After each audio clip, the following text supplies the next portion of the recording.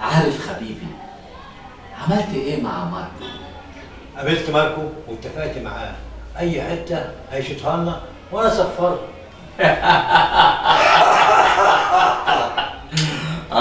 منكم مصريين الواحد فيكم ما يحبش الا نفسه. اللي اقول لك يا خوات، ايه الشغلانه اللي اشتغلها معاهم؟ شغلانة بسيطة خالص.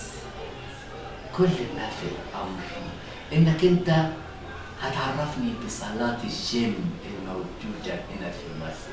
اشمعنى صالات الجيم الموجوده في مصر؟ مفيش مكان تاني غير صالات الجيم تتعرف عليها؟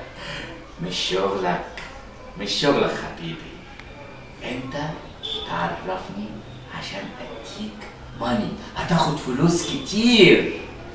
مادام فيها فلوس كتير ودولار ولا سداد. خد حبيبي، ده كارت بتاعي، اتصل بيا ونتفق على كل حاجة. اوكي، بالاذن بقى يا خوات، سعيده.